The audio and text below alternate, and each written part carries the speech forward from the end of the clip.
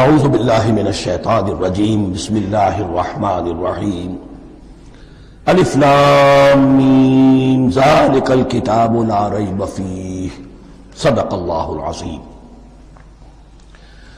الف لام میم حروف مقطعات ہیں جن کے بارے میں عرض کر چکا ہوں۔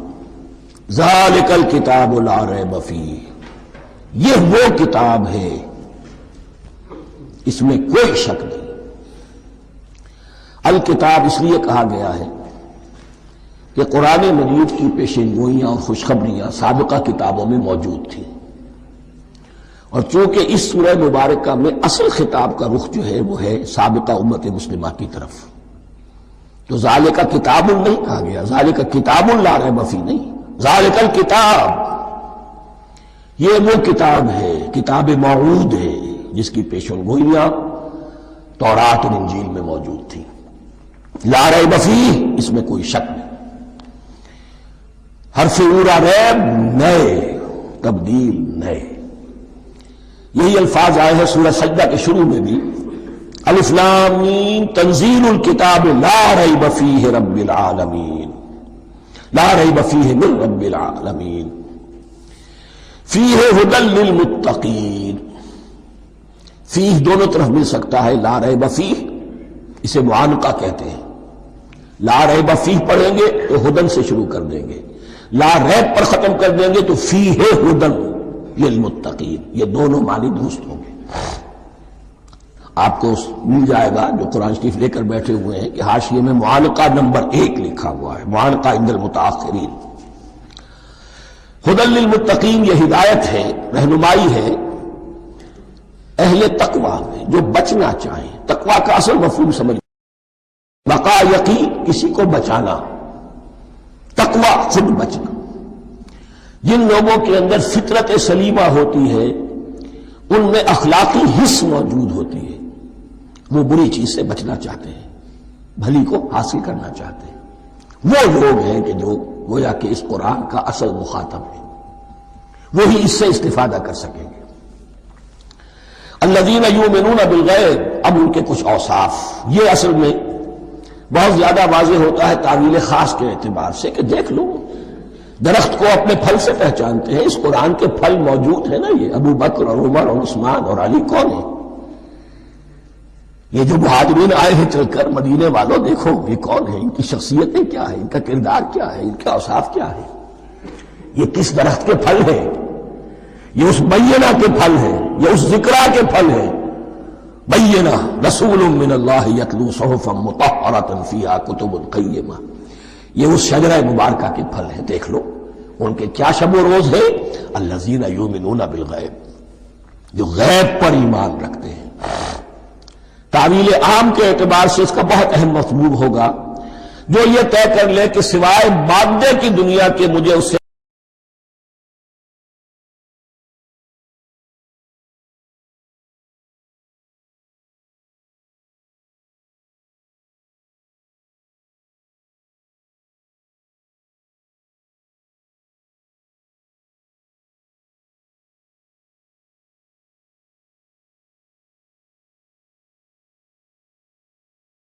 جو اصل حقیقت ہے وہ مستور ہے، نگاہوں سے چھپی ہوئی ہے۔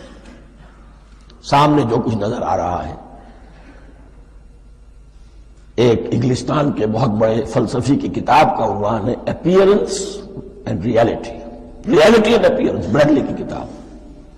اپیئرنس جو کچھ نظر آ رہا ہے یہ حقیقت نہیں، حقیقت اس کے پیچھے ہے۔ اور کنفیوشس کا ایک جملہ ہے جو بہت بڑا حکیم اور فلسفی تھا، چین کا بہت بڑا حکیم اور فلسفی، اور ہو سکتا ہے کہ نبی ہو، واللہ عالم، ہم کہہ نہیں سکتے۔ اس کی تعلیم بڑی اخلاقی تعلیم ہے، اور اس کا جملہ سنیے، یہ یؤمنون بالغیب کی اس سے زیادہ صحیح تشریح ممکن نہیں۔ There are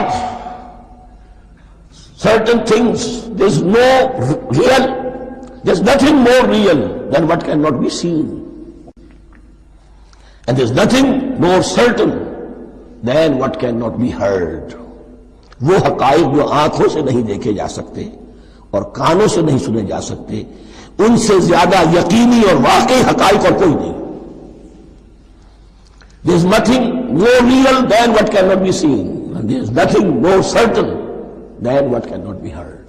الذین یؤمنون بالغیب ویقیمون الصلاۃ، نماز قائم کرتے ہیں، ومما رزقناہم ينفقون، اور جو کچھ ہم نے انہیں دیا ہے اس میں سے خرچ کرتے ہیں، خیر میں، بھلائی میں، نیکی میں، ابناء نو کی حاجات کو رفع کرنے میں، لوگوں کی تکلیفیں دور کرنے میں، خود اللہ کے لیے، اللہ کی رضا جوئی کے لیے، اللہ کو قرض حسنہ دیتے ہوئے۔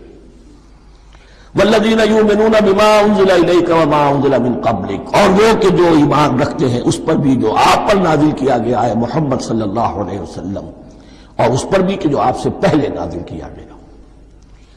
یہ بہت اہم الفاظ ہیں، اس لیے کہ عام طور پر آج کل ہمارے ہاں یہ خیال پھیلا ہوا ہے کہ یہ تورات اور انجیل کے پڑھنے کا کوئی فائدہ نہیں، کوئی ضرورت نہیں، کوئی ضرورت نہیں کی حد تک تو شاید بات صحیح ہو، لیکن کوئی فائدہ نہیں، یہ بالکل غلط ہے۔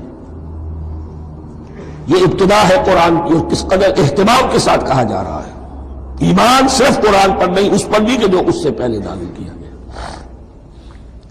اور سورہ نساء کی آیت، اور سورہ نساء نازل ہوئی کہیں جا کر سن 6 ہجری میں، یا ایھا الذین آمنوا آمنوا باللہ ورسولہ والکتاب الذی نزل علی رسولہ والکتاب الذی انزل من قبل۔ تو اس سے ایمان جو ہے تورات پر اور انجیل پر اور زبور پر اور صحف ابراہیم پر، اجمالی ایمان کی جو اہمیت ہے اس کو اچھی طرح سمجھ لیجیے۔ البتہ یہ ہے کہ چونکہ ہم سمجھتے ہیں اور جانتے ہیں کہ ان کتابوں میں تحریف ہو گئی ہے، لہذا ان کتابوں کی کوئی شے قرآن پر حجت نہیں ہوگی، جو چیز قرآن سے ٹکرائے گی ہم اس کو رد کر دیں گے، ان کتابوں کی کسی شے کو دلیل کے طور پر نہیں لائیں گے۔ لیکن جہاں قرآن مجید کی کسی بات کی نفی نہ ہو رہی ہو تو بہت سے حقائق ہمیں ان کتابوں ہی سے ملتے ہیں۔ انبیاء کے مابین جو زمانی ترتیب ہے، کرونالوجیکل آرڈر جو ہے، وہ تو ہمیں تورات سے ملتا ہے، قرآن میں تو نہیں۔ قرآن میں کبھی حضرت نوح کا ذکر بعد میں ہے، حضرت موسیٰ کا پہلے، وہاں تو کسی اور پہلو سے ترتیب آتی ہے، لیکن وہاں ہمیں تاریخ ملتی ہے ابراہیم کی، اسحاق کی، یعقوب کی، انبیاء بنی اسرائیل کی، موسیٰ کی، عیسیٰ کی، یہ ساری چیزیں۔ تو اس کی اہمیت جو ہے اس کو سمجھ لیجئے۔ والذین یؤمنون بما انزل الیک وما انزل من قبلک وبالآخرۃ ھم یوقنون، آخرت پر وہ یقین رکھتے ہیں۔ نوٹ کرنے والی بات کیا ہے کہ باقی سب چیزوں کے لیے لفظ ایمان آیا، آخرت کے لیے ایقان کیوں؟ واقعہ یہ ہے کہ انسان کے عمل کے اعتبار سے سب سے زیادہ مؤثر شے ایمان بالآخرہ ہے۔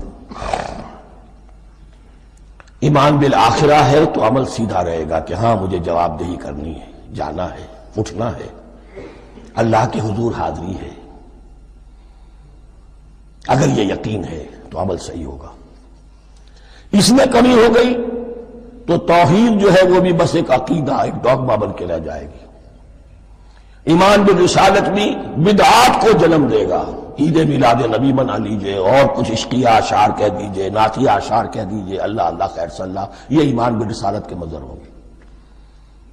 عمل انسان کا درست ہوتا ہے آخرت کے یقین کے ساتھ۔ وبالآخرۃ ھم یوقنون، آخرت پر انہی کا یقین ہے، انہی کا یقین ہے۔ یہ حصر بھی ہے اس اعتبار سے کہ یہودی میں مدعی تھے کہ ہم آخرت پر یقین رکھتے ہیں، یہاں کنٹراسٹ دکھایا جا رہا ہے، آخرت پر یقین رکھنے والے یہ لوگ ہیں، اور تعویل خاص کے اعتبار سے وہ لوگ موجود ہیں تمہاری نگاہوں کے سامنے۔ 13 برس کی محنت کی کمائی محمد الرسول اللہ صلی اللہ علیہ وسلم کی، اس کتاب کی، یتلو علیہم آیاتہ ویزکیہم ویعلمہم الکتاب والحکمہ، اس کا جو نتیجہ ہے وہ تمہارے سامنے۔ اولئک علی ھدی من ربہم، یہ وہ لوگ ہیں جو اپنے رب کی طرف سے ہدایت پر ہیں۔ وہ ابتدائی ہدایت بھی ان کے پاس تھی، اور یہ تکمیلی ہدایت بھی، قرآن پر بھی ان کا یقین پورا ہے، اور محمد کا اتباع بھی وہ کر رہے ہیں۔ وَأُولَٰئِكَ هُمُ الْمُفْلِحُونَ، اور یہی وہ لوگ ہیں جو فلاح پانے والے ہیں۔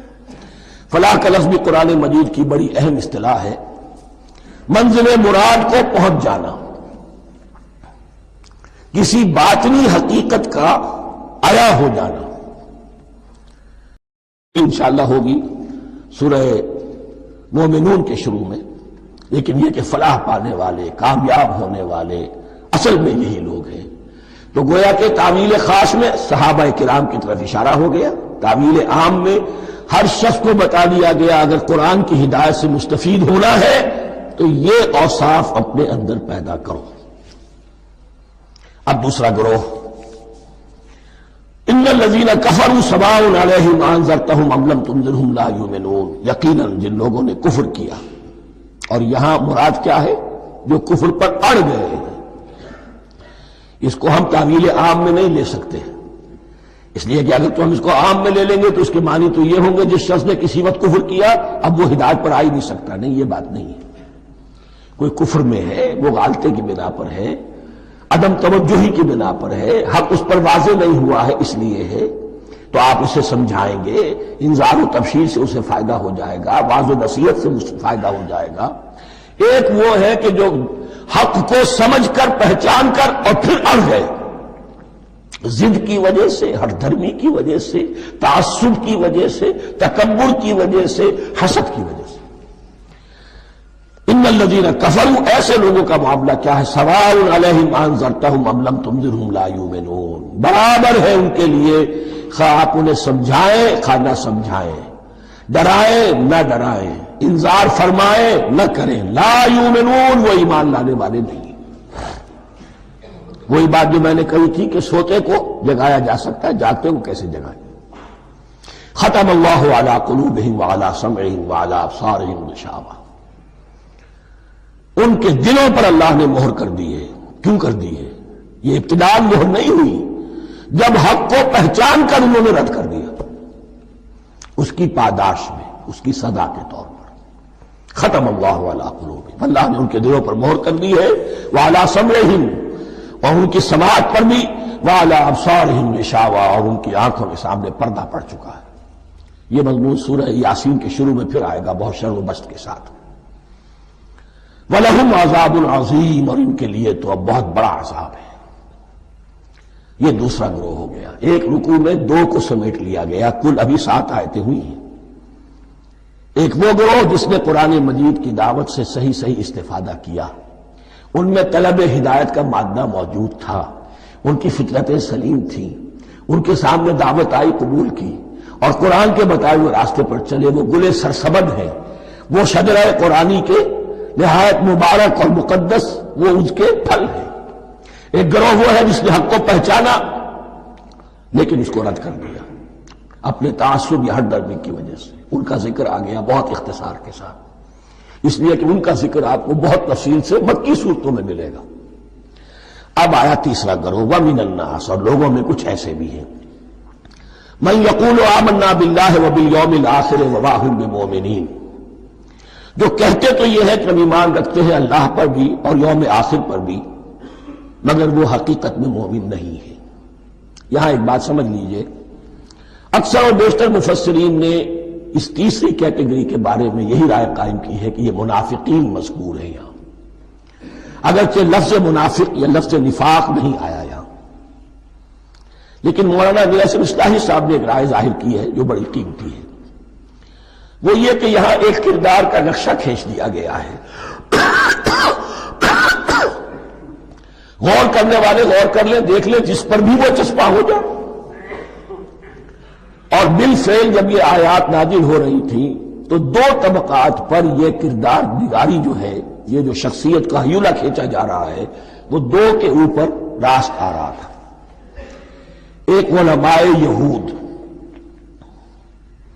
وہ بھی کہتے تھے کہ ٹھیک ہے محمد جو کہہ رہے ہیں، ہم بھی اللہ کو مانتے ہیں، آخرت کو بھی مانتے ہیں، اسی لیے یہاں رسالت کا ذکر نہیں ہے۔ بھئی ہم محمد ہی کو نہیں مانتے نا صلی اللہ علیہ وسلم، باقی اگر 1.25 لاکھ نبی آئے ہیں تو باقی 1.25 لاکھ کو تو ہم مانتے ہیں، ایک محمد کو نہیں مانا، ایک عیسیٰ کو نہیں مانا، بس۔ تو ہمیں بھی مانا جانا چاہیے کہ ہم بھی مسلمان ہیں۔ ایک یہ ان کی رائے ہے، اور واقعہ یہ ہے کہ یہاں اس طریقے کا تذکرہ ہو رہا ہے کہ جس سے ان کا کردار بھی جھلک رہا ہے، روح سخن ان کی طرف جا رہا ہے۔ مجھے یاد ہے اپنی 10ویں جماعت کے زمانے میں دہلی میں نے دیکھا تھا کہ نوٹ سرکس وہاں کا ایک بڑی مارکیٹ ہوتی تھی، تو جوتے کی دکان پہ بہت بڑا جوتا لٹکایا ہوا تھا، بہت بڑا، اور لکھا تھا free to whom it fits, جس کے پاؤں میں یہ ٹھیک ٹھیک آ جائے وہ لے جائے اس کو۔ تو یہ free to whom it fits ہے، ایک کردار ہے، اب یہ کردار جس کے اوپر بھی فٹ بیٹھ جائے، ان میں یقیناً زیادہ تو غلبہ یہی ہے جو مفسرین کی رائے ہے، منافقین کا معاملہ جو ہو رہا ہے، لیکن یہ کردار بعین نہیں فٹ بیٹھ رہا ہے یہود کے علماء پر۔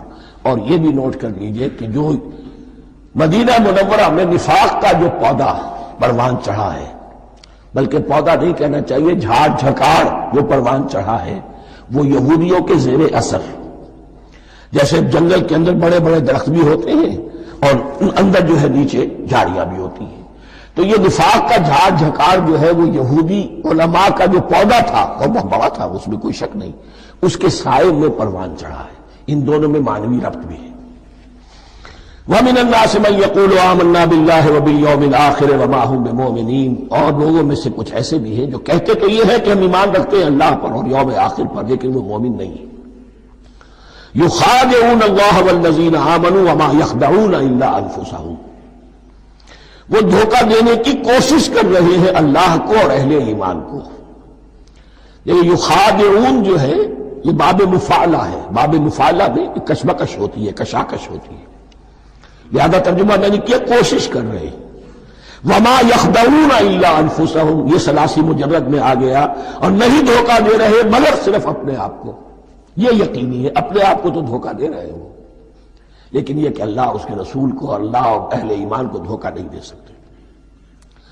سورہ نساء کی آیت نمبر 142 میں یہ کھل کر منافقین کے بارے میں یہی الفاظ آئے ہیں، ان المنافقین یخادعون اللہ وہو خادعہم، یقیناً منافقین جو ہے وہ اللہ کو دھوکہ دینے کی کوشش کر رہے ہیں اور اللہ انہیں دھوکہ دے رہا ہے۔ فی قلوبہم مرض، ایک لفظ اور رہ گیا، وما یشعرون، انہیں اس کا شعور نہیں ہے۔ یہ بہت اچھی طرح نوٹ کر لیجئے، منافقین کی بھی اکثریت وہ تھی جنہیں اپنے نفاق کا شعور نہیں تھا، وہ اپنے تئیں سمجھتے تھے اپنے آپ کو مسلمان، وہ کہتے تھے یہ بے وقوف لوگ ہیں، محمد رسول اللہ کے بارے میں کہتے تھے یہ خام خواہ جو ہے انہوں نے لڑائی بھڑائی مول لے لی ہے اہل مکہ کے ساتھ، کیا ضرورت ہے، امن کے ساتھ جو ہے بات کرنی چاہیے۔ وہ سمجھتے تھے کہ ہم خیر خواہ ہیں، ہم بھلی بات کہہ رہے ہیں، یہ بے وقوف لوگ ہیں، دیکھتے نہیں کہ کس سے ٹکرا رہے ہیں، ہاتھ میں اسلحہ نہیں ہے اور لڑائی کے لیے جا رہے ہیں، تو بے وقوف تو یہ ہے۔ لیکن وہ سمجھتے تھے کہ ہم تو بڑے مخلص ہیں، ہم مسلح ہیں، تو ما یشعرون بہت ضروری ہے۔ بعض لوگ منافق ایسے بھی تھے کہ جو اسلام میں داخل ہی ہوتے تھے دھوکہ دینے کی خاطر، اور ان پہ پہلے دن سے واضح ہوتا تھا کہ ہم مسلمان نہیں ہیں، ہم نے اسلام کا لبادہ اوڑھا ہے صرف دھوکے کے لیے۔ اس کا ایک ذکر سورہ آل عمران میں آئے گا، لیکن اکثر و بیشتر منافقین دوسری طرح کے تھے جنہیں اپنے نفاق کا شعور حاصل نہیں تھا۔ فی قلوبہم مرض، ان کے دلوں میں ایک روگ ہے، بیماری ہے۔ یہ روگ اور بیماری کیا ہے؟ ایک لفظ میں اس کو تعبیر کیا جائے، کردار کی کمزوری، ویکنس آف کیریکٹر۔ ایک شخص وہ ہوتا ہے کہ جو سمجھتا ہے یہ حق ہے، حق سے بعد آباد، اب جو ہو سو ہو۔ ایک حق کو حق پہچان کر رد کر دیتا ہے، وہ کافر ہو گیا۔ ایک حق کو حق پہچان کر آیا تو صحیح، لیکن ویکنس آف کیریکٹر کی وجہ سے قوت ارادی کمزور ہے، آخرت بھی چاہتے ہیں، دنیا کو بھی ہاتھ سے دینے کو تیار نہیں، یہاں کا بھی کوئی نقصان نہ ہو اور آخرت کا بھی سارا بھلا ہمیں مل جائے۔ یہ وہ لوگ ہیں در حقیقت کہ اس کو کہا روگ۔ فی قلوبہم مرض فزادہم اللہ مرضا، تو اللہ نے ان کے مرض میں اضافہ کر دیا۔ یہ اللہ کی سنت ہے، آپ حق پر چلنا چاہیں حق کا راستہ آپ کے لیے آسان کر دے گا، آپ برائی کی طرف جانا چاہیں بڑی سے بڑی برائی آپ کے لیے ہلکی ہوتی چلی جائے گی، کوئی خاص بات ہی نہیں، چلو یہ بھی کر گزرو، جب یہ کر لیا تو یہ بھی کر گزرو۔ اور اگر آپ بین بین لٹکنا چاہیں تو اللہ اسی پہ چھوڑ دیتا ہے، ٹھیک ہے آپ سمجھتے ہیں ہم کامیاب ہو رہے ہیں، ہم نے مسلمانوں کو بھی دھوکہ دے لیا، وہ ہمیں مسلمان سمجھتے ہیں، اور یہودیوں کو بھی دھوکہ دے لیا، وہ سمجھتے ہیں کہ ہم ان کے ساتھی ہیں، تو سمجھا کامیاب ہو رہے ہیں، حقیقت میں کامیابی نہیں۔ فی قلوبہم مرض فزادہم اللہ مرضا ولہم عذاب علیم بما کانوا یکذبون، اور ان کے لیے تو دردناک عذاب ہے۔ عذاب عظیم کا لفظ آیا تھا اوپر کفار کے لیے، وَلَهُمْ عَذَابٌ عَظِيمٌ، 7ویں آیت ختم ہوئی، اور عذاب علیم کا لفظ آیا یہاں، ان کے لیے دردناک المناک عذاب ہے، بما کانوا یکذبون، بسبب اس جھوٹ کے جو وہ بول رہے تھے۔ وَإِذَا قِيلَ لَهُمْ لَا تُفْسِدُوا فِي الْأَرْضِ، اور جب ان سے کہا جاتا تھا مت فساد کرو زمین میں، مراد کیا ہے اس سے؟ کہ جب محمد کو مان لیا کہ اللہ کے رسول ہیں، اب ٹھیک ٹھیک پیروی کرو، ان کے پیچھے چلو، ان کا حکم ہے تو جنگ کے لیے نکلو، ان کی طرف سے تقاضا آتا ہے مال پیش کرو، اور اگر تم اس سے کتراتے ہو تو فساد مچا رہے ہیں، جماعتی زندگی کے اندر فتنہ و فساد پیدا کر رہے ہیں۔ وَإِذَا قِيلَ لَهُمْ لَا تُفْسِدُوا فِي الْأَرْضِ قَالُوا إِنَّمَا نَحْنُ مُصْلِحُونَ، وہ کہتے تھے نہیں ہم تو صلح کرانے والے ہیں، اصلاح کرنے والے ہیں، ہم چاہتے ہیں لڑنا بھیڑنا کوئی اچھی بات نہیں ہے، ٹکراؤ تصادم یہ کوئی اچھے کام تھوڑا ہی ہے، بس ٹھنڈے ٹھنڈے دعوت دیتے رہو، جو چاہے قبول کر لے، جو چاہے رد کر دے، خام خواہ یہ ٹکرانا اور یہ جنگ کرنا اور اللہ کے دین کو غالب کرنے کے لیے یہ قربانی دو اور یہ مصیبت جھیلو اور یہ مشقت برداشت کرو اور یہ چیز چھوڑو اور یہ ترک کرو، یہ کاہے کے لیے؟ وَإِذَا قِيلَ لَهُمْ لَا تُفْسِدُوا فِي الْأَرْضِ قَالُوا إِنَّمَا نَحْنُ مُصْلِحُونَ أَلَا إِنَّهُمْ هُمُ الْمُفْسِدُونَ وَلَٰكِن لَا يَشْعُرُونَ، آگاہ ہو جاؤ کہ وہی ہے مفسد، فساد پھیلانے والے، اس لیے کہ محمد رسول اللہ کی دعوت ہے زمین میں اصلاح کے لیے، اس اصلاح کے لیے کچھ آپریشن کرنا پڑے گا، مریض اس درجے کو پہنچ چکا ہے کہ آپریشن کے بغیر اس کی شفا نہیں ہوگی، اب اگر تم اس کے راستے میں رکاوٹ بنتے ہو تو در حقیقت تم فساد مچا رہے ہو، لیکن تمہیں اس کا شعور نہیں ہے۔ الا انہم ہم المفسدون ولکن لا یشعرون، پھر دیکھیے نوٹ کیجئے، شعور نہیں ہے، شعوری نفاق اور شے ہے، غیر شعوری نفاق ہے کہ جس کا یہ سارا تذکرہ ہو رہا ہے۔ وَإِذَا قِيلَ لَهُمْ آمِنُوا كَمَا آمَنَ النَّاسُ، اور جب ان سے کہا جاتا ہے ایمان لاؤ جیسے دوسرے لوگ ایمان لائے، آخر دیکھو دوسرے یہ اہل ایمان ہیں، جب بلاوا آتا ہے فوراً لبیک حاضر ہوتے، جو بھی ہو، یہ تم جو ہے آخر تم نے اور روش اختیار کی۔ وَإِذَا قِيلَ لَهُمْ آمِنُوا كَمَا آمَنَ النَّاسُ قَالُوا أَنُؤْمِنُ كَمَا آمَنَ السُّفَهَاءُ، وہ کہتے ہیں کہ کیا ہم ایمان لائے جیسے یہ بے وقوف لوگ ایمان لائے، انہیں تو اپنے نفع کی فکر، نہ نقصان کی فکر، نہ خطرات کا کوئی خیال، نہ اندیشوں کا کوئی گمان، جان جائے مال جائے، اولاد کو چھوڑ دیں، گھر بار چھوڑ کے آ گئے ہیں، ان سے بڑے بے وقوف کون ہوں گے؟ بال بچے چھوڑ آئے ہیں کفار مکہ کے رحم و کرم پر، سرداران قریش جو چاہے ان کے ساتھ کریں، تو یہ تو بے وقوف لوگ ہیں۔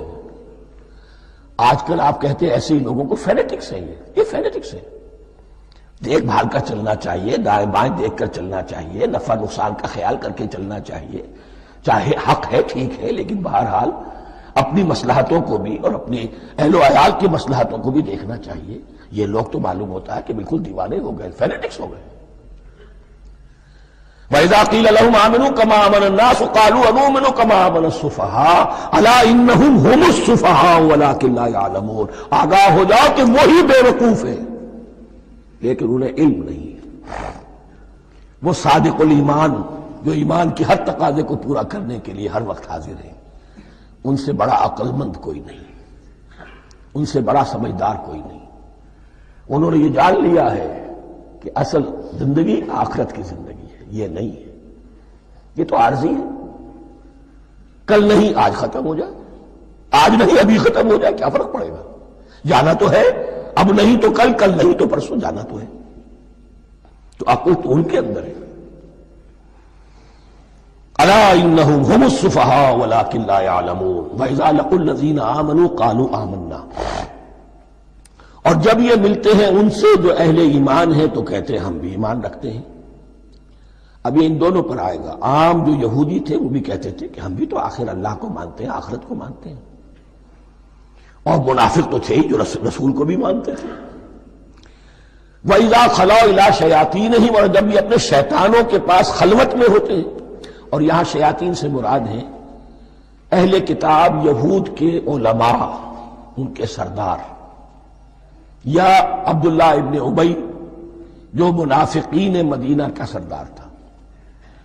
اگر وہ کبھی ملامت کرتا ہے، دیکھو تم تو معلوم ہوتا ہے بالکل مسلمانوں میں شامل ہی ہو گئے پوری طرح سے، تمہیں کیا ہو گیا، تم ہر بات مان رہے ہو۔ اب انہیں یہ کچھ نہ کچھ اپنی وفاداری کا یقین دلانے کے لیے کہنا پڑتا تھا، نہیں ہم انہیں بیوقوف بنا رہے ہیں، ہم ان سے ذرا تمسخر کر رہے ہیں، ہم ہیں آپ کے ساتھ ہی، آپ فکر نہ کریں۔ اسی لیے یہ دو منہ ہونا، نفق کہتے ہیں سرنگ کو جس کے دو دروازے ہوتے ہیں، باقی زیر زمین ہے۔ نافقہ گوہ کا بل ہے کہ دو دروازے رکھتا ہے، دو اس کے منہ رکھتا ہے کہ ادھر سے اگر کتا داخل ہو جائے شکار کے لیے تو ادھر سے نکل بھاگے، ادھر سے آئے تو ادھر سے نکل بھاگے۔ تو دو منہ انسان، یہ در حقیقت جس کو پھر سورہ نساء میں کہا گیا لا الہ الا ولا الہ الا، نہ ادھر کے ہیں نہ ادھر کے، مذبذبین بین ذالک، اس کے درمیان مذبذب ہو کر رہ گئے۔ یہ شیطان کا لفظ یہاں سمجھ لیجئے، اس کے دو رائے ہیں کہ یہ شطنہ سے بنا ہے یا شات سے بنا ہے، شین الف توئے یا شین تو نون۔ شطنہ کے معنی تباعدہ، کو بہت دور ہو گیا، شیطان سے مراد جو اللہ کی رحمت سے بہت دور ہو گیا۔ اور شاتا یشیتو کے معنی ہے احترق غضبا وحسدا، کوئی شخص غصے اور حسد کے اندر جل رہا ہو، وہ شاتا یشیتو ہے۔ اس سے فعلان کے وزن پر، رحمان کے وزن پر، غضبان کے وزن پر شیطان، یعنی وہ کہ جو حسد اور غضب کی آگ میں جل رہا ہے۔ تو یہ ایک تو شیطان وہ ہے کہ جو جنات میں سے ہے، جس کا نام عزازیل تھا پہلے، اب ہم اسے ابلیس کے نام سے جانتے ہیں، وہ ایک شیطان ہے، جنی ہے۔ پھر یہ کہ جو بھی اس کے پیروکار ہیں دنیا میں، انسانوں میں سے ہوں یا جنات میں سے ہوں، وہ بھی شیاطین ہیں۔ اسی طرح اہل کفر، اہل زیغ کے جو بڑے بڑے سردار ہوتے ہیں، ان کو بھی شیطان سے تعبیر کیا گیا۔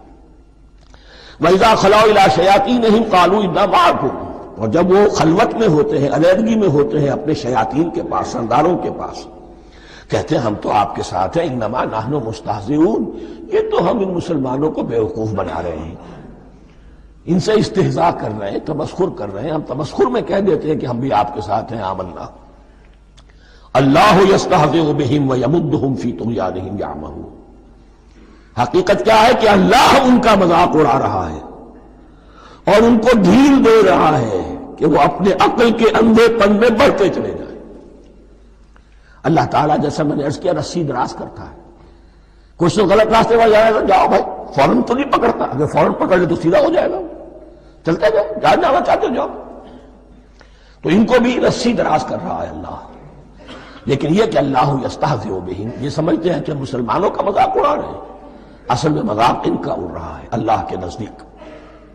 وَيَمُدُّهُمْ فِي طُغْيَانِهِمْ يَعْمَهُونَ، اب یہاں ذرا نوٹ کر لیجئے، یہ دو لفظ آئیں گے، عین میم اور ہا، امر ہے کے ساتھ، ایک ہے عین میم اور یا، امر، تو عین اور میم تو مشترک ہے یا آخر میں فرق ہوگا، عین میم اور ہا ہوگا، اس کے معنی عقل کا اندھا، دل کا اندھا، آنکھیں تو ہے لیکن دل کا اندھا ہے، عقل کا اندھا ہے۔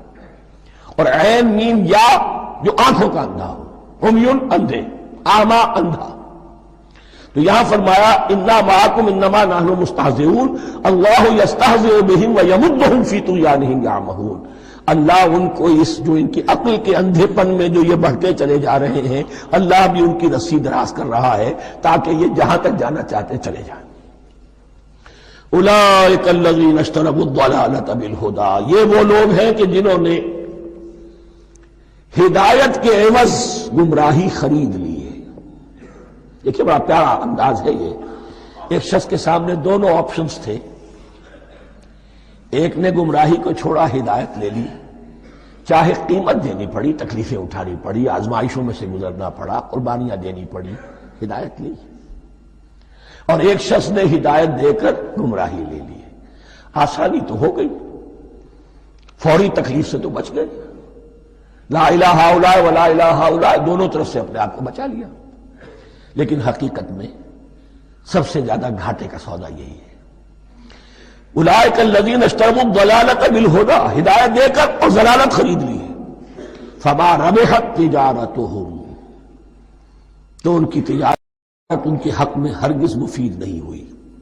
اب یہاں بھی دیکھیے را با اور ہے ہا، ربحا اس کے معنی نفع، صحیح نفع، جائز نفع. را با اور وا ربا وہ سود، وہ بھی اضافہ ہے، وہ بھی بڑھوتری ہے، لیکن وہ حرام ہے. ایک ہے تجارت کے اندر جو نفع ہو جائے وہ ربح ہے. را با اور ہا یہ نفع ہے جو جائز نفع ہے. را با اور وا ربا یہ کیا ہے؟ یہ سود ہے، یہ حرام ہے. را اور با مشترک ہے، آگے ہا آگے اور با اس کا فرق ہے. فما ربحت تجارتہم وما کانوا مہتدین، ان کی تجارت ان کے حق میں ہرگز مفید نہیں ہوئی اور نہیں ہے اب یہ ہدایت پانے والے. مثلہم، اب یہاں دو تمثیلیں آ رہی ہیں بڑی پیاری. پہلی تمثیل ہے کفار کے بارے میں، دوسری تمثیل ہے یہ بین والے لوگوں کے بارے میں. پہلوں کے لیے کیا تمثیل ہے؟ مثلہم کمثل الذی استوقد نارا، ان کی مثال اس شخص کی سی ہے جس نے آگ روشن کی. ایک نقشہ کھینچا جا رہا ہے. اندھیری شب ہے جدا اپنے قافلے سے ہے تو، تیرے لیے ہے میرا شعلہ نوا قندیل. اندھیری شب ہے، قافلہ بھٹک رہا ہے. کچھ لوگ بڑی ہمت کرتے ہیں، اندھیرے میں بھی ادھر ادھر سے لکڑیاں جمع کرتے ہیں اور آگ روشن کر دیتے ہیں. لیکن اس وقت جب آگ روشن ہوتی ہے کچھ لوگوں کی بینائی سلب ہو جاتی ہے. پہلے وہ اندھیرے میں اس لیے تھے کہ روشنی نہیں تھی، اب وہ اندھیرے کے اندھیرے میں رہ گئے کہ روشنی تو خارج میں آ گئی، اپنی اندر کی روشنی گل ہو گئی، بصارت سلب ہو گئی. یہ مثال ہے ان کفار کی کہ حضور کی آمد سے پہلے سب بھٹک رہے تھے، کوئی حقیقت واضح نہیں تھی، قافلہ انسانیت بھٹک رہا تھا اندھیری شب میں. محمد رسول اللہ آئے، انہوں نے آگ روشن کر دی، اب راستہ کھل گیا، ہدایت واضح ہو گئی. لیکن کچھ ضد یا تعصب یا تکبر یا حسد کی بنیاد پر کچھ لوگوں کی اندر کی بینائی زائل ہو گئی. تو وہ تو ویسے کے ویسے بھٹک رہے ہیں، جیسے پہلے اندھیرے میں تھے ویسے ہی اب اندھیرے میں ہے. روشنی میں آنے والے تو وہ ہیں، دیکھ لو جن کا ذکر سب سے پہلے ہوا ہے. مثلہم کمثل الذی استوقد نارا، اس شخص کی سی ہے کہ جس نے آگ روشن کی. فلما اضاءت ما حولہ، جب اس آگ نے اپنے ماحول کو گردا گرد کو روشن کر دیا. ذہب اللہ بنورہم، اللہ ان کی نور بصارت کو لے گیا، سلب کر لیا اللہ نے. وترکہم فی ظلمات لا یبصرون، اور چھوڑ دیا انہیں ان اندھیروں کے اندر کہ وہ کچھ نہیں دیکھتے. صم بکم عمی فہم لا یرجعون، اسم کہتے ہیں بہرے کو، سم جمع ہے اس کی، سمن. اب کمو کہتے ہیں گونگے کو، بکمن اس کی جمع ہے. آما کہتے ہیں اندھے کو، عمیون اس کی جمع ہے. یہ بہرے ہیں، گونگے ہیں، اندھے ہیں. فہم لا یرجعون، اب یہ لوٹنے والے نہیں. یہ کون ہے؟ ابو جہل ہے، ابو لہب ہے، ولید بن مغیرہ ہے، عقبہ ابن ابی معیط ہے.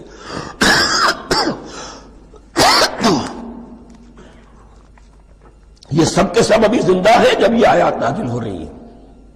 ابھی تو غزوہ بدر ہوگا سن 2 ہجری میں، اور اس میں یہ سب جو ہے واصل جہنم ہوں گے. ابھی تک تو ہے نا. یہ لوگ ہو گئے اس کی مثال. مثلہم کمثل الذی استوقد نارا فلما اضاءت ما حولہ ذہب اللہ بنورہم وترکہم فی ظلمات لا یبصرون صم بکم عمی فہم لا یرجعون. اب دوسری مثال، او کصیب من السماء، یا بڑی زور کی بارش برس رہی ہے آسمان سے.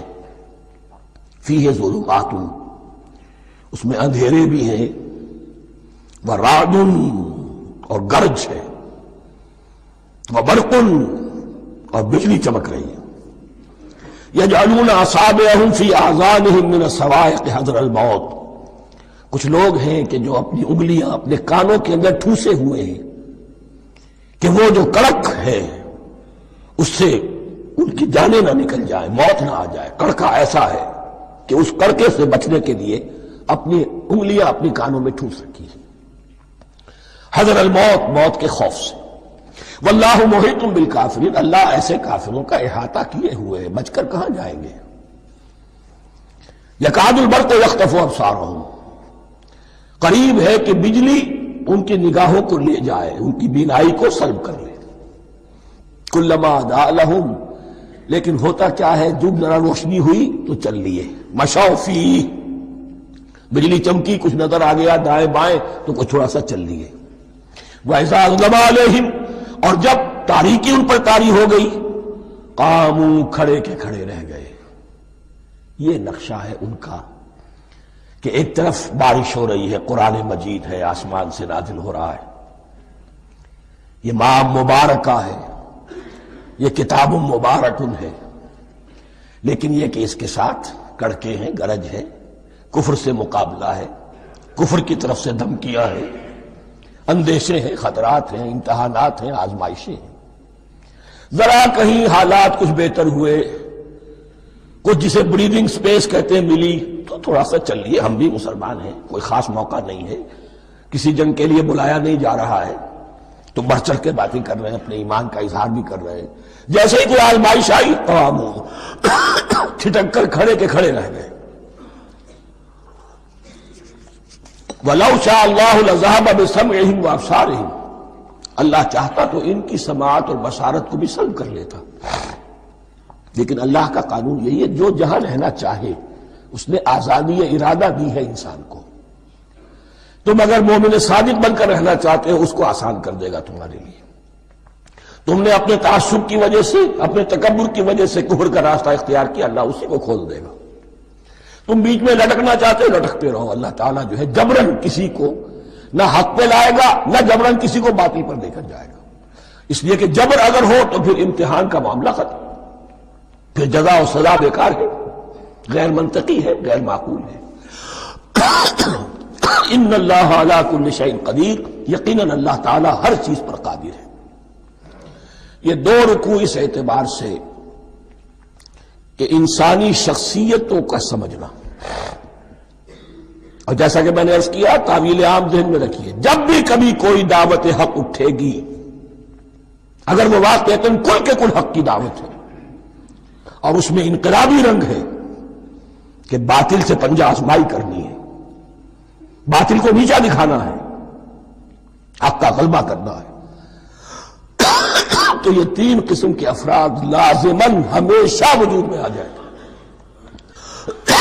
ان کو پہچاننا، ان کے کردار کی جو اصل جو اس کے پیچھے پس منظر ہے، اس کو جاننا بہت ضروری ہے۔ میں وقفہ کر رہا ہوں ذرا بھائی۔ الرحمن الرحیم،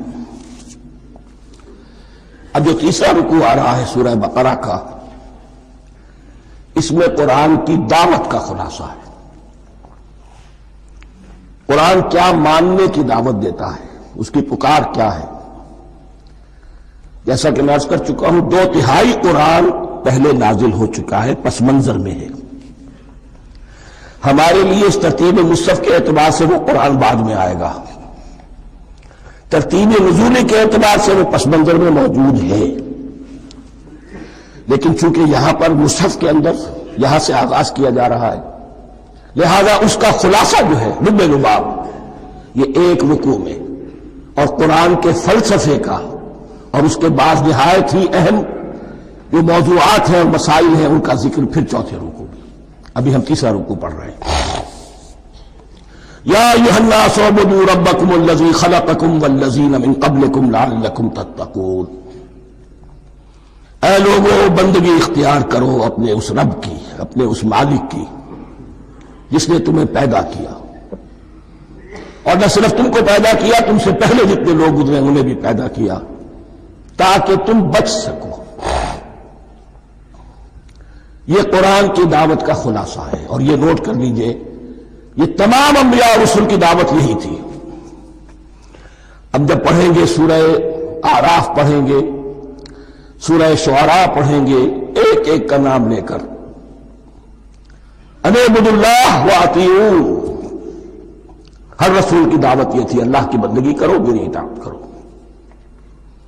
یا قوم اعبدوا اللہ ما لکم من الہ غیرہ، اے میری قوم کے لوگوں اللہ کی بندگی کرو، تمہارا کوئی الہ اور معبود اس کے سوا نہیں ہے۔ پھر حضور قرآن یہی عبادت رب انسان کی تخلیق کی غایت ہے، وما خلقت الجن والانس الا لیعبدون، ہم نے جنوں اور انسانوں کو پیدا ہی صرف اس لیے کیا ہے کہ ہماری بندگی کریں۔ لیکن یہاں ایک فرق بہت بڑا ہے، تمام رسولوں کی دعوت یہی ہے، محمد الرسول اللہ کی بھی یہی ہے، لیکن بڑا فرق کیا ہے؟ باقی تمام رسولوں کی دعوت آپ کو ملے گی یا قوم، اے میری قوم کے لوگوں، یہاں ہے یا ایھا الناس، اے بنی آدم، اے بنی نوع انسان۔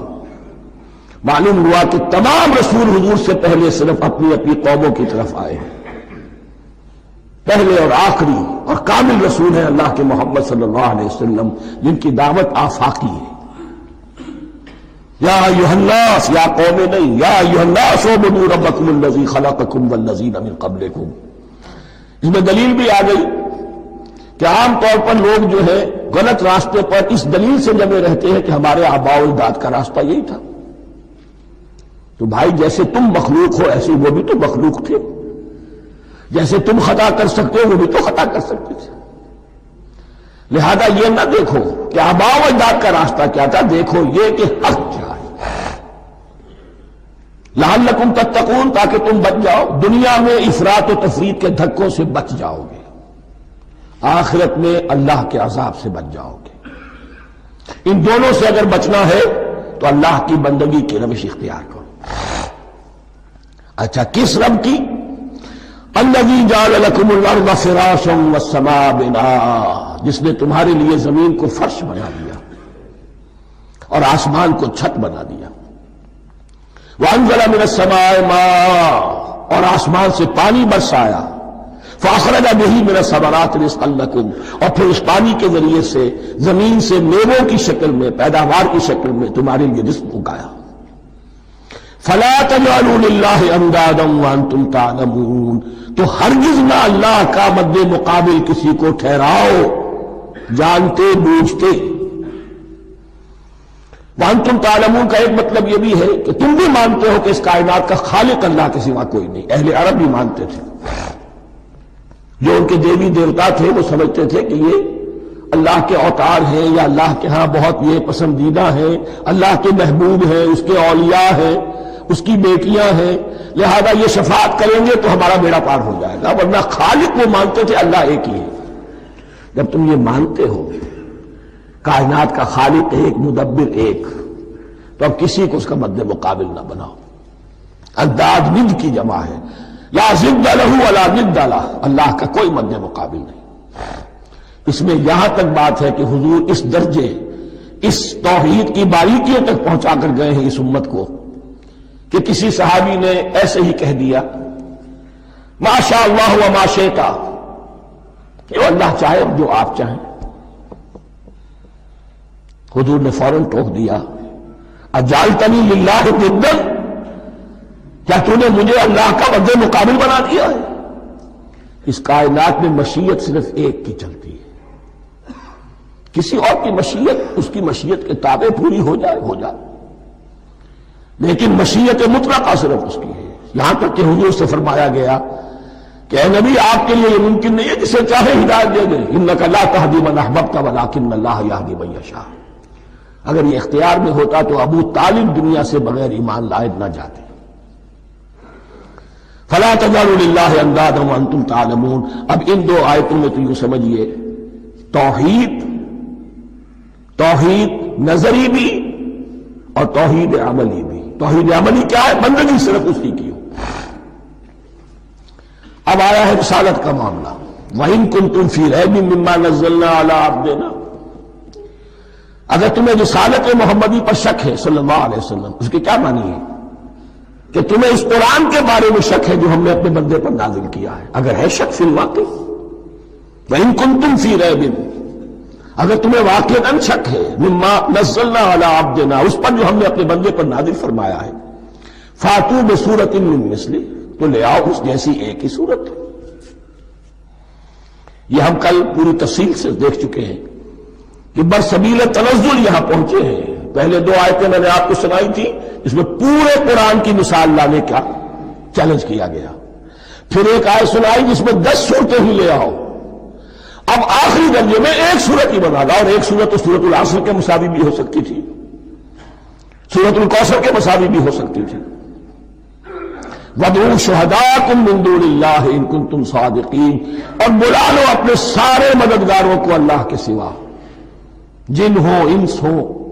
اس لیے کہ قریش کا خیال یہ تھا کہ جو شعراء ہوتے ہیں ان کے پاس جن ہوتے ہیں، وہ جن انہیں سکھاتے ہیں، ورنہ عام آدمی تو یہ شعر نہیں کہہ سکتا.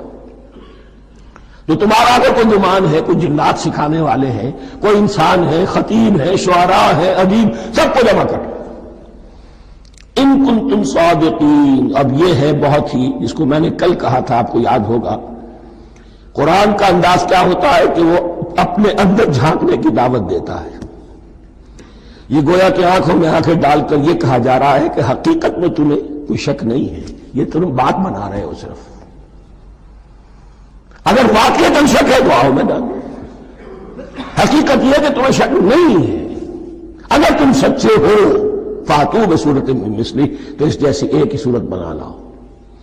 فإن لم تفعلوا، اب ذرا انداز دیکھیے تحدی کا، چیلنج کا.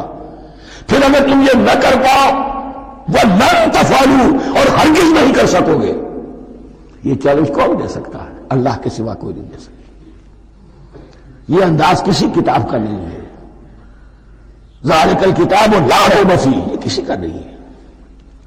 فَإِن لَمْ تَفْعَلُوا وَلَن تَفْعَلُوا، پھر اگر تم نہ کر پاؤ اور تم ہرگز نہیں کر پاؤ گے، فَاتَّقُوا النَّارَ الَّتِي وَقُودُهَا النَّاسُ وَالْحِجَارَةُ، تو ڈرو اس آگ سے جس کا ایندھن بنے گے انسان اور پتھر. اعدت للکافرین، کافروں کے لیے تیار کر لی گئی ہے، بھڑکا دی گئی ہے. پتھروں کا ذکر خاص طور پر کیوں ہے؟ 2 اس کے امکانات ہیں. آپ کو معلوم ہے کہ وہ جو پتھر کا کوئلہ ہوتا ہے اس کی آگ بڑی سخت ہوتی تھی، عام جو ہمارا یہ لکڑی کا کوئلہ ہوتا ہے اس کے مقابلے میں. اور دوسرے یہ بھی کہ چونکہ انہوں نے جو معبود تراش رکھتے تھے وہ پتھر کے ہوتے تھے، تمہارے ساتھ ہی تمہارے ان معبودوں کو بھی جھونکا جائے گا، وہ بھی جلیں گے، تاکہ تمہاری حسرت کے اندر اضافہ ہو. ان سے ہم دعائیں مانگا کرتے تھے، ان کے سامنے ماتھے ٹیکتے تھے، ان کے سامنے ڈنڈوت کرتے تھے، ان کو چڑھاتے تھے.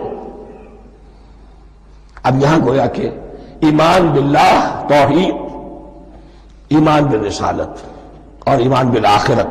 فاتقوا النار التي وقودها الناس والحجارة اعدت للكافرين وبشر الذين آمنوا وعملوا الصالحات، اور بشارت دے دیجئے اے نبی ان لوگوں کو کہ جو ایمان لائے اور جنہوں نے نیک عمل کیے، ان لهم جنات تجری من تحتها الانہار، کہ ان کے لیے وہ باغات ہیں کہ جن کے دامن میں ندیاں بہتی ہوں گی.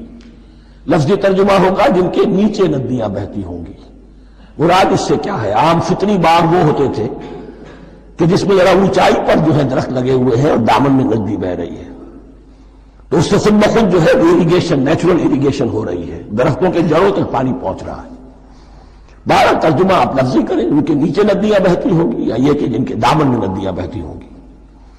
کلما رزقوا منها من ثمرۃ رزقا، جب بھی کبھی انہیں دیا جائے گا کوئی پھل رزق کے طور پر کھانے کے لیے جنت میں، قالوا هذا الذي رزقنا من قبل، وہ کہیں گے یہ تو وہی شے ہے جو ہمیں پہلے بھی ملتی تھی. اس کا ایک مفہوم یہ ہے، یہ جو نزل ہے، ابتدائی جو ہے دعوت ہے، ابتدائی ضیافت جو ہوگی اس میں وہی چیزیں کہ جو معروف ہے، جانی پہچانی ہے. یہ رمان، یہ دیکھیے یہ انار آ رہا ہے خوبصورت، یہ انگور ہے خوبصورت، یہ نخیل ہے، یہ نخل ہے، یہ رطب ہے، لیکن ذائقے کی کوئی نسبت و تناسب بھی نہیں ہوگا. وہ کہیں گے وہی شے ہے جو ہمیں پہلے ملتی تھی. وَأُتُوا بِهِ مُتَشَابِهًا، مشابہ تو ہوگی وہ، لیکن ان کے ذائقے میں زمین و آسمان کا فرق ہوگا. اور ایک یہ بھی مفہوم لیا گیا کہ آخرت میں جنت میں بھی وہی میوے ملتے رہیں گے، لیکن ان کا ذائقہ بدلتا رہے گا. شکل وہ ہوگی لیکن ذائقہ وہی رہے گا کہ جس سے انسان کی بھی طبیعت بڑھ جاتی ہے ایک ہی شے کو کھاتے ہوئے. وَلَهُمْ فِيهَا أَزْوَاجٌ مُطَهَّرَةٌ، اور ان کے لیے ہوں گے اس میں بہت ہی پاک باز، نہایت پاک کی ہوئی بیویاں ہوں گی. ازواج مطہرۃ وہم فیہا خالدون، اور اس میں رہیں گے ہمیشہ ہمیشہ. یہ تو تین جو اصول ہیں دین کے دعوت ایمان، توحید اور رسالت اور معاد، ایمان باللہ، ایمان بالرسول، ایمان بالآخرہ. اب ذرا کچھ ضمنی مسائل ہیں کہ جو بعض کفار کی طرف سے، بعض معتزلین کی طرف سے پیش ہوتے تھے، وہ کبھی بھی اس چیلنج کا مقابلہ تو نہ کر سکے، میدان میں تو نہ آ سکے. یہ بالکل ایسی بات ہے جیسے کسی مصور کی تصویر پر اعتراض کرنے والے تو بہت تھے. جب کہا گیا کہ ذرا یہ لیجیے قلم، اس کو ٹھیک کر دیجیے، یہ برش آپ کے ہاتھ میں دیتا ہوں، اب سب پیچھے ہٹ گئے. تو کوئی صورت قرآن کے مقابلے میں لانا وہ تو ان کے لیے ممکن نہیں تھی، لیکن ادھر ادھر سے اعتراضات کرنے کے لیے جو زبانیں کھلتی تھی ان میں سے ایک اعتراض نقل کیا جا رہا ہے. وہ یہ تھا کہ وہ کہتے تھے کہ قرآن مجید میں مکھی کی تشبیہ آئی ہے، یہ تو بڑی حقیر سی شے ہے.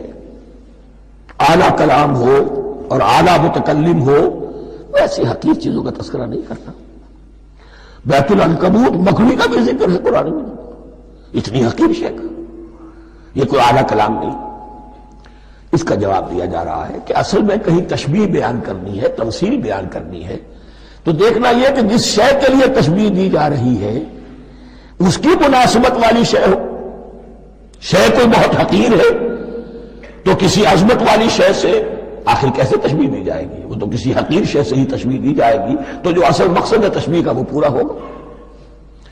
ان اللہ لا یستحیی ان یضرب مثلا ما بعوضۃ فما فوقہا، اللہ تعالیٰ کو تو اس میں کوئی جھجک نہیں ہے، کوئی شرم نہیں ہے کہ وہ مچھر کی مثال بیان کرے.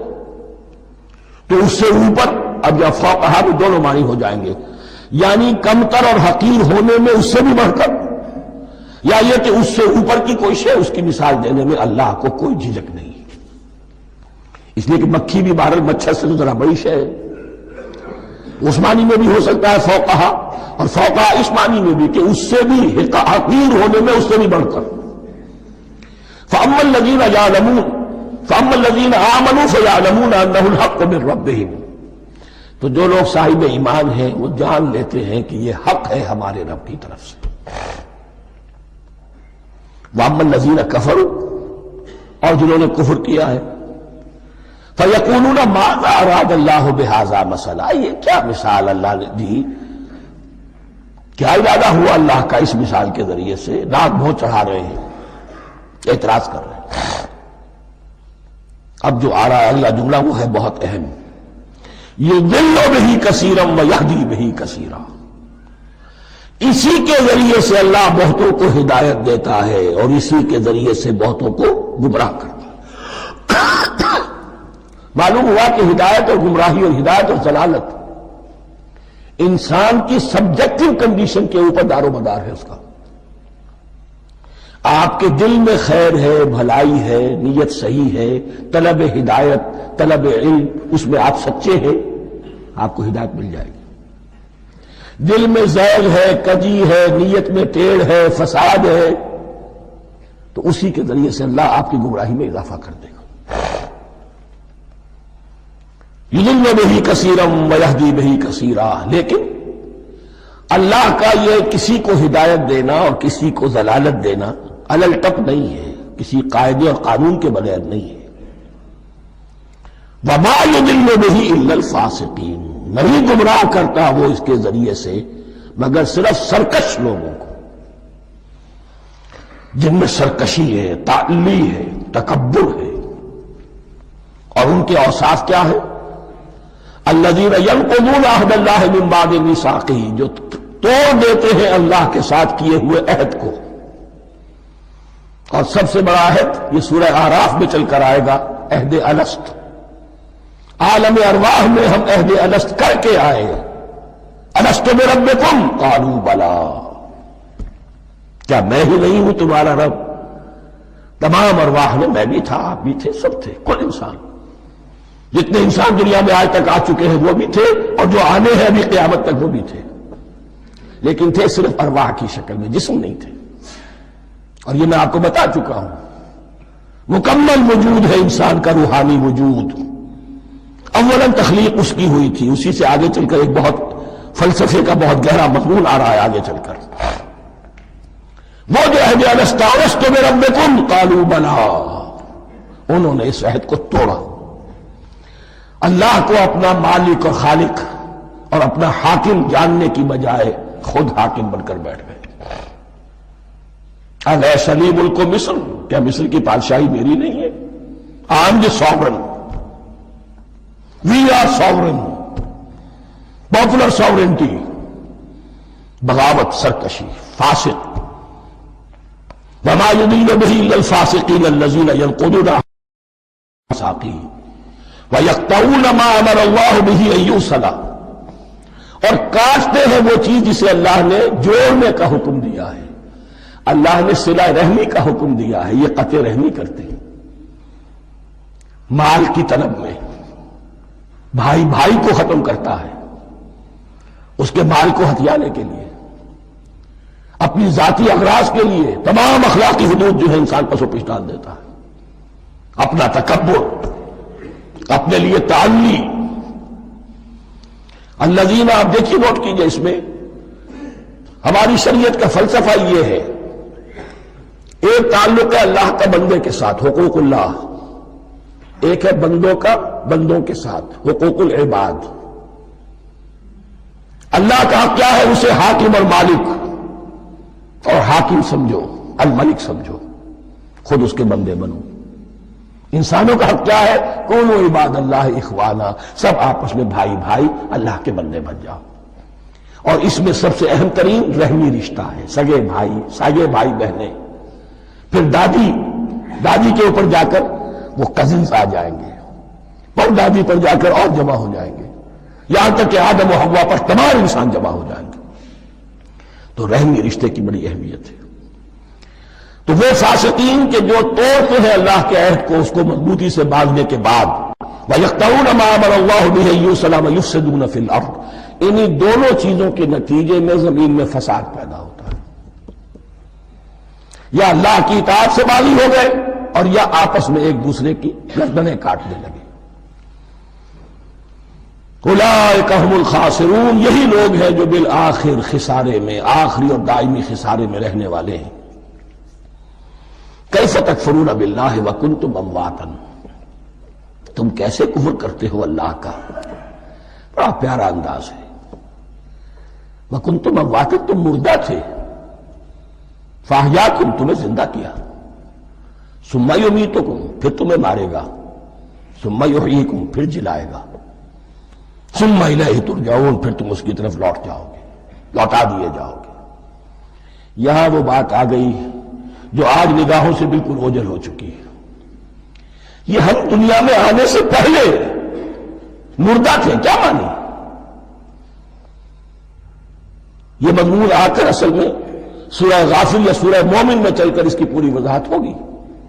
لیکن چونکہ یہاں تذکرہ ہو چکا ہے عہد الست کا، ہماری پہلی تخلیق ہوئی عالم ارواح میں، ارواح کی صورت میں، پھر ہمیں سلا دیا گیا. وہ ہماری پہلی موت تھی. مردہ جو ہے معدوم نہیں ہوتا، مردہ ہوتا ہے، بے جان ہوتا ہے، سویا ہوا ہوتا ہے. اور موت کو اور نیند کو تشبیہ دی گئی ہے. پھر ہمیں اس جسد کے ساتھ یہاں زندہ کیا گیا. پھر موت طاری ہوگی، پھر ہمیں زندہ کیا جائے گا. یہ آیت جیسا کہ میں نے عرض کیا بہت بڑی اور بڑی گہری حکمت اور فلسفہ قرآن کی آیت ہے. کیسے اللہ کا انکار کرتے؟ کنتم اموات، تم مردہ تھے، سوئی ہوئی ارواح کی شکل میں تھے. فاحیاکم، تمہیں جگایا اس جسد کے ساتھ، زندہ کیا. ثم یمیتکم ثم یحییکم، پھر تمہیں مارے گا، پھر جلائے گا. ثم الیہ ترجعون، پھر تم اس کی طرف لوٹا دیے جاؤ گے. اور اب اس کے بعد جو آخری آیت ہے، هو الذی خلق لکم ما فی الارض جميعا، اس نے تمہارے لیے بنایا ہے جو کچھ بھی زمین میں ہے. اس میں خلافت کا مضمون آ گیا. حدیث میں آتا ہے انما الدنیا خلقت لکم وانتم خلقتم للآخرہ، یہ دنیا تمہارے لیے بنائی گئی ہے، تم آخرت کے لیے بنائے گئے ہو. هو الذی خلق لکم ما فی الارض جميعا، اس لیے کہ اگلی آیت پھر آ رہی ہے خلافت کی آیت. سارا کچھ زمین میں یہ بستر جو بچھایا اور یہ کائنات کو زمین کو سجایا تمہاری خلافت کے لیے. ثم استوى الى السماء فسواهن سبع سماوات، پھر وہ متوجہ ہوا آسمانوں کی طرف اور انہیں 7 آسمانوں کی شکل میں بنا دیا. جیسا کہ میں کل عرض کر چکا ہوں، یہ تاحال ابھی یہ آیات متشابہات میں سے ہے. 7 آسمانوں کی کیا حقیقت ہے ہم اس سے ابھی پورے طور سے واقف نہیں. وَهُوَ بِكُلِّ شَيْءٍ عَلِيمٌ، اور اسے ہر شے کا علم حقیقی حاصل ہے. بارک اللہ لی ولکم فی القرآن العظیم ونفعنی وإیاکم بالآیات والذکر الحکیم.